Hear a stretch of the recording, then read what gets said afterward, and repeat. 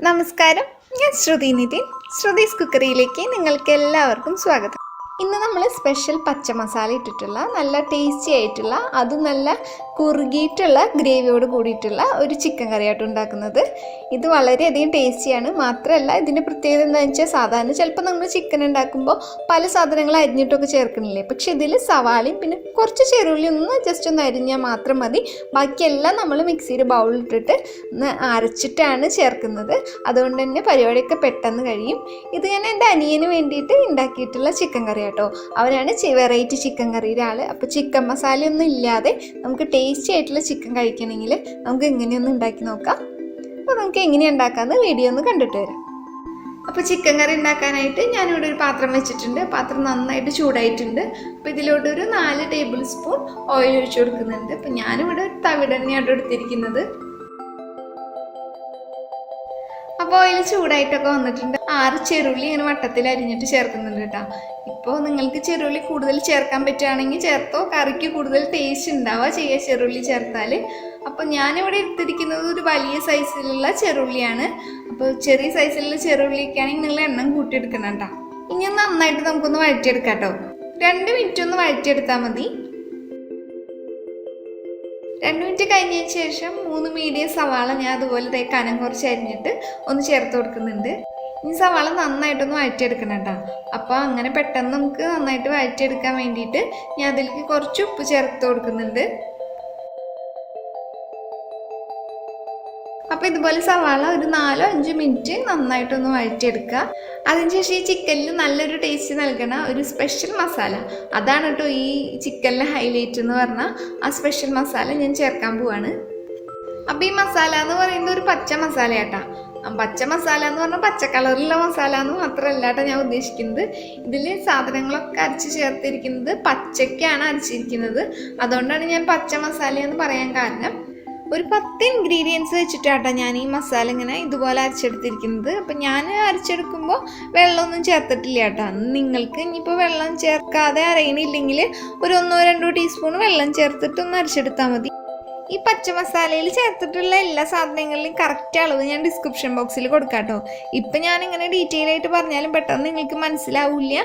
പിന്നെ എല്ലാം ഇങ്ങനെ പറഞ്ഞുകൊണ്ടിരിക്കുമ്പോൾ 10 സാധനങ്ങളല്ലേ ചേർത്തിരിക്കുന്നത്. അപ്പോൾ പറഞ്ഞുകൊണ്ടിരിക്കുമ്പോൾ നിങ്ങൾക്കും അതൊരു ബോറായിരിക്കും. അപ്പോൾ ഞാൻ ഡിസ്ക്രിപ്ഷൻ ബോക്സിൽ കറക്റ്റ് ഈ സ്പെഷ്യൽ മസാലയുടെ സാധനങ്ങളുടെ അളവൊക്കെ കൊടുക്കാം കേട്ടോ. അപ്പോൾ നിങ്ങളൊന്ന് നോക്കിയാൽ മതി. അപ്പോൾ ഈ പച്ച മസാല ഇങ്ങനെ ചേർത്തിട്ട് ഞാനിങ്ങനെ വഴറ്റാൻ തുടങ്ങിയിട്ട് ഒരു 5 മിനിറ്റ് ഇപ്പോൾ കഴിഞ്ഞിട്ടുണ്ട്. ഇത്രയും നേരം ഞാൻ ലോ ഫ്ലെയിമിൽ വെച്ചിട്ടാട്ടോ വഴറ്റുകൊണ്ടിരുന്നത്.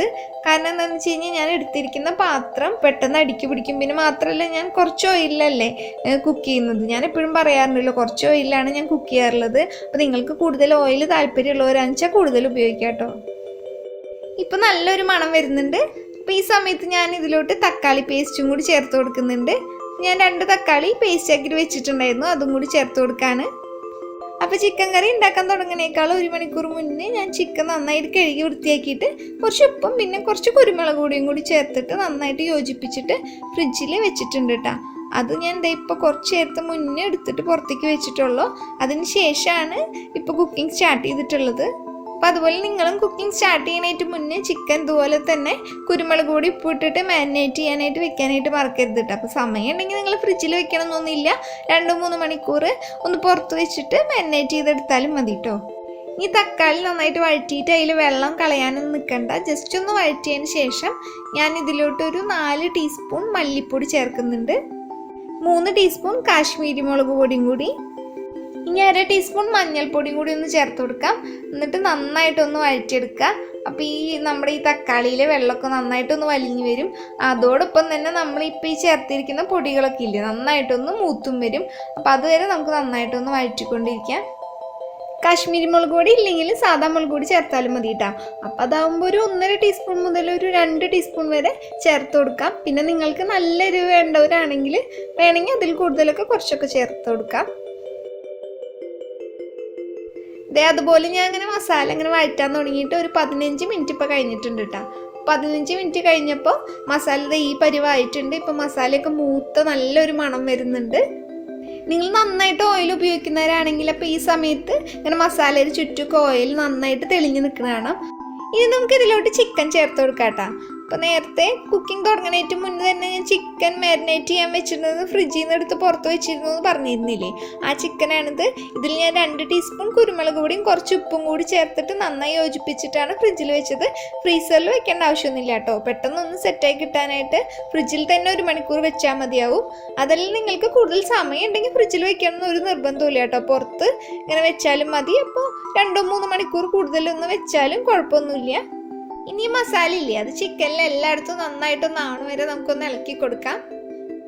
ഓയിലിൻ്റെ കാര്യത്തിൽ എനിക്ക് ചില കമൻസ് ഒക്കെ ആദ്യമേ കിട്ടിയിട്ടുണ്ട് കേട്ടോ, ഓയിൽ വളരെ പിശുക്കിയിട്ട് ഉപയോഗിക്കുന്നൊക്കെ പറഞ്ഞിട്ട്. അപ്പം ഞാൻ മുന്നേ പറഞ്ഞിട്ടുണ്ടെന്ന് തോന്നുന്നു, നമ്മൾ വീട്ടിലുള്ള ഒരു ആരോഗ്യം കൂടിയൊക്കെ നോക്കണ്ടേ, അതും കൂടിയൊക്കെ കരുതിയിട്ടാണ് ഓയിൽ മാക്സിമം കുറച്ചിട്ട് ഉപയോഗിക്കുന്നത്. പലരും ഓയിൽ നന്നായിട്ട് ഒഴിച്ചിട്ടായിരിക്കും കുക്ക് ചെയ്യുന്നുണ്ടായിരിക്കുക. അങ്ങനെ ശീലമുള്ളവരൊക്കെ ആണെങ്കിൽ നിങ്ങളെന്ന് വെച്ചാൽ അതിനനുസരിച്ച് ഒഴിച്ചോളൂ കേട്ടോ. അതിനുശേഷം ഒരു 5 മിനിറ്റ് ഒന്ന് അടച്ചു വെച്ചിട്ട് ഒന്ന് വേവിക്കാം. ഇനി 5 മിനിറ്റ് കഴിഞ്ഞപ്പോൾ ഞാനിതൊന്ന് തുറന്നു നോക്കാണ്. അപ്പോൾ ഇതുപോലെ ചിക്കനിൽ നിന്ന് ഇങ്ങനെ കുറേശ്ശെ വെള്ളം വന്നിട്ടുണ്ട്. ഇത് നന്നായിട്ടൊന്ന് ഞാൻ ഇളക്കി കൊടുക്കുന്നുണ്ട്. ഞാനിപ്പോൾ 750 ഗ്രാം ചിക്കനാട്ടോ എടുത്തിരിക്കുന്നത്. ഇനി ഇതിലോട്ട് ഒരു 1.5 ഗ്ലാസ് നല്ല തിളച്ച ചൂടുവെള്ളം ഒഴിച്ചു കൊടുക്കുകയാണ്. അപ്പോൾ നിങ്ങളിങ്ങനെ ഒഴിക്കുമ്പോൾ ചൂടുവെള്ളം തന്നെ ഒഴിക്കാൻ നോക്കട്ടെ, പച്ചവെള്ളം ഒന്നും ഒഴിക്കരുത്. അപ്പം അതിൻ്റെ കറിയുടെ തന്നെ ടേസ്റ്റ് നന്നായിട്ട് വ്യത്യാസം ഉണ്ടായിരിക്കും. ഈ വെള്ളത്തിൽ കിടന്നിട്ട് വേണം ഈ ചിക്കൻ നന്നായിട്ട് വെന്ത് വരാനായിട്ട്. ഇനി ഇത് പെട്ടെന്ന് വേവാൻ വേണ്ടിയിട്ട് നമുക്ക് കുറച്ച് നേരം ഒന്ന് അടച്ചു വെച്ചിട്ട് വേവിച്ചെടുക്കാം കേട്ടോ. അങ്ങനെ ഒരു 12 മിനിറ്റ് കഴിഞ്ഞപ്പോൾ ഞാൻ തുറന്നു നോക്കിയിട്ടുണ്ട്. അപ്പോൾ ഈ പരുവത്തിലാണ് ഇരിക്കുന്നത്. ആവശ്യത്തിന് മാത്രം മെഴുക്കൊഴിച്ച കാരണം അധികം മെഴുക്കൊന്നും മുകളിൽ തെളിഞ്ഞു നിൽക്കണില്ല. അപ്പോൾ ഹെൽത്ത് കോൺഷ്യസ് ആയിട്ടുള്ള ആൾക്കാർക്ക് ഇത്ര മാത്രം മെഴുക്കൊഴിച്ചാലും നമുക്ക് കുക്ക് ചെയ്തെടുക്കാവുന്നതാണ് കേട്ടോ. അപ്പോൾ ഈ സമയത്ത് നമുക്കിതിൽ ഉപ്പൊക്കെ ഒന്ന് നോക്കാം കേട്ടോ. ഉപ്പ് വേണമെങ്കിൽ ഈ സമയത്ത് ചേർത്ത് കൊടുക്കാം. എന്നിട്ട് നന്നായിട്ട് ഇളക്കി കൊടുത്തതിന് ശേഷം ഈ ചിക്കൻ കറി നല്ല തിക്ക് ഗ്രേവിയോട് കൂടിയിട്ട് ഇരിക്കാനായിട്ട് ഇതിലോട്ട് കുറച്ച് കാഷ്യൂനട്ട് പേസ്റ്റും കൂടി ഞാൻ ചേർത്ത് കൊടുക്കുന്നുണ്ട്. അതിനായിട്ട് കശുവണ്ടി കുറച്ച് നേരത്തെ മുന്നേ തന്നെ ഒന്ന് വെള്ളത്തിലിട്ട് വെച്ചാൽ മതി കേട്ടോ. എന്നിട്ട് നന്നായിട്ടൊന്ന് കുതിർന്ന് സോഫ്റ്റ് ആയതിന് ശേഷം ഒന്ന് അരച്ചെടുത്താൽ മതി. അപ്പം ഞാനിവിടെ 4 ടീസ്പൂൺ കശുവണ്ടിയാണ് ഇതുപോലെ വെള്ളത്തിലിട്ടിട്ട് സോഫ്റ്റ് ആയതിന് ശേഷം അരച്ചെടുത്ത് പേസ്റ്റ് ആക്കിയിട്ടുള്ളത്. ഇനി ചിക്കൻ നന്നായിട്ടൊന്ന് വേണം വരെ നമുക്ക് അടച്ചു വെച്ചിട്ടൊന്ന് കുക്ക് ചെയ്തെടുക്കാം കേട്ടോ. ഇത് ആൻറ്റിബയോട്ടിക് ഒന്നും കുത്തിവെക്കാത്ത ചിക്കനാട്ടോ വാങ്ങിച്ചിട്ടുള്ളത്. അതുകൊണ്ട് തന്നെ നമ്മളിപ്പോൾ സാധാ കടയിൽ നിന്ന് ഇങ്ങനെ കുത്തി വെച്ചിട്ടുള്ള ബ്രോയിലർ ചിക്കൻ വാങ്ങില്ലേ, അപ്പോൾ അതിൻ്റെ അത്ര പെട്ടെന്ന് അങ്ങോട്ട് വേവില്ല. അതിനേക്കാളും കുറച്ച് വേവ് കൂടുതലാണ്. അധികം നേരം വേവിച്ചാൽ മാത്രമാണ് ഇത് നന്നായിട്ടൊന്ന് വെന്ത് കിട്ടുക. അപ്പോൾ അതുകൊണ്ട് തന്നെ ഇത് കുറച്ച് നേരം നന്നായിട്ട് തിളയ്ക്കേണ്ടി വരും വേവാനായിട്ട്. ഇപ്പം നമ്മൾ ഇതുപോലെ അടച്ചു വെച്ച് വേവിക്കാൻ തുടങ്ങിയിട്ട് ഒരു 20 മിനിറ്റ് കഴിഞ്ഞിട്ടുണ്ട് കേട്ടോ. ഒരു 10 മിനിറ്റ് ഒക്കെ കഴിഞ്ഞപ്പോൾ ഞാനൊന്ന് തുറന്നു നോക്കിയിരുന്നു. എന്നിട്ട് നന്നായിട്ടൊന്ന് ഇളക്കി കൊടുത്തു. അപ്പോൾ ഒരു നല്ല മണം വന്നിരുന്നു. എന്നിട്ട് വെന്തോ നോക്കിയപ്പോൾ അപ്പം വെന്തിട്ടൊന്നും ഉണ്ടായിരുന്നില്ല. അപ്പോൾ ഇപ്പോൾ വീണ്ടും ഒരു 10 മിനിറ്റ് കഴിഞ്ഞല്ലോ. അപ്പോൾ മൊത്തം 20 മിനിറ്റ് ആയിട്ടുണ്ട്. അപ്പോൾ നമുക്ക് ഇപ്പോൾ ഒന്ന് വീണ്ടും ഒന്ന് തുറന്നു നോക്കാം. ഇപ്പോൾ ഇത് വെന്തിട്ടുണ്ടാവണം. ഇപ്പോൾ ഇത് ചിക്കൻ കറി നല്ല തിക്ക് ഗ്രേവിയോട് കൂടിയിട്ടാണ് ഇരിക്കുന്നത്. ഇങ്ങനെയാണ് നമ്മുടെ ചിക്കൻ കറിയുടെ പരുവം. അപ്പോൾ ഇത് ചോറിൻ്റെ ഒപ്പോ ചപ്പാത്തിയുടെ ഒപ്പോ അല്ലെങ്കിൽ അപ്പത്തിൻ്റെ ഒപ്പോ സ്പെഷ്യലായിട്ട് നമുക്ക് പത്തിരിയുടെ ഒപ്പമൊക്കെ കഴിക്കാൻ പറ്റുന്നതാണ്. ഇത്ര നേരം ഞാൻ ലോ ഫ്ലെയിമിലാട്ടോ കുക്ക് ചെയ്തിരുന്നത്. ഇപ്പോൾ ചിക്കന് നന്നായിട്ട് വെന്തിട്ടുണ്ട്. അപ്പോൾ നമുക്ക് ഫ്ലെയിം ഓഫ് ചെയ്യാം. ഇനി ഒരു ചെറിയ ഇൻഗ്രീഡിയൻറ്റും കൂടി ചേർത്ത് കഴിഞ്ഞാൽ നമ്മുടെ ചിക്കൻ കറി ഇവിടെ റെഡിയാവും. ഇനി ചൂടോട് കൂടി തന്നെ ഞാൻ ഇതിലോട്ട് കുറച്ച് മല്ലിയിലും കൂടി ചേർത്ത് കൊടുക്കുകയാണ്. അപ്പോൾ നമ്മൾ കറിവേപ്പിലൊന്നും ചേർത്തിട്ടില്ലല്ലോ, അതുകൊണ്ട് മല്ലിയിലാണ് ചേർക്കുന്നത്. നിങ്ങൾക്ക് മല്ലിയിലയിൽ താല്പര്യം എത്രത്തോളം ഉണ്ടെന്ന് വെച്ച് കഴിഞ്ഞാൽ അതിനനുസരിച്ചിട്ട് വേണമെങ്കിൽ കൂടുതലൊക്കെ ചേർക്കാം കേട്ടോ. അപ്പോൾ നിങ്ങൾക്ക് ഈ ചിക്കൻ കറി കണ്ടിട്ട് ഇഷ്ടമാണെങ്കിൽ ഒന്ന് ഉണ്ടാക്കി നോക്കാനായിട്ട് മറക്കരുത് കേട്ടോ. തീർച്ചയായിട്ടും നിങ്ങൾക്ക് ഇഷ്ടമാവും. ഉണ്ടാക്കി നോക്കിയിട്ട് നിങ്ങളുടെ കമൻസ് മറക്കാതെ തന്നെ അറിയിക്കണേ. അതോടൊപ്പം തന്നെ വീഡിയോ ഇഷ്ടമാണെങ്കിൽ ലൈക്ക് ചെയ്യാനും, ഇതുവരെ നിങ്ങൾ ശ്രുതിസ് കുക്കറി സബ്സ്ക്രൈബ് ചെയ്തിട്ടില്ലെങ്കിൽ ഒന്ന് സബ്സ്ക്രൈബ് ചെയ്തേക്കണേ. അതിനോട് തൊട്ട് കാണുന്ന ബെല്ലൈക്കണില്ലേ, അതൊന്ന് പ്രസ് ചെയ്യണം.